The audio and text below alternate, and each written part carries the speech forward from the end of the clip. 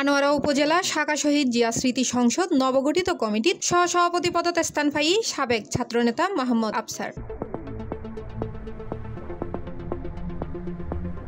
উপজেলার 151 সদস্য বিশিষ্ট কমিটির দলল্লাই ত্যাগী সাবেক এই ছাত্রনেতা গুরুত্বপূর্ণ পদ ফোনে আনন্দিত দলের নেতাকর্মীল।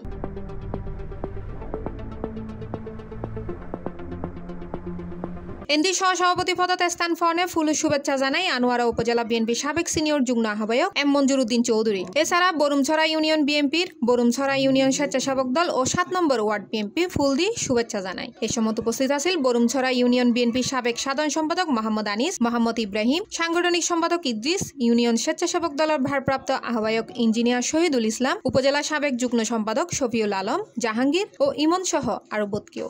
ডেক্স নিউজ, C+ টিভি, চট্টগ্রাম।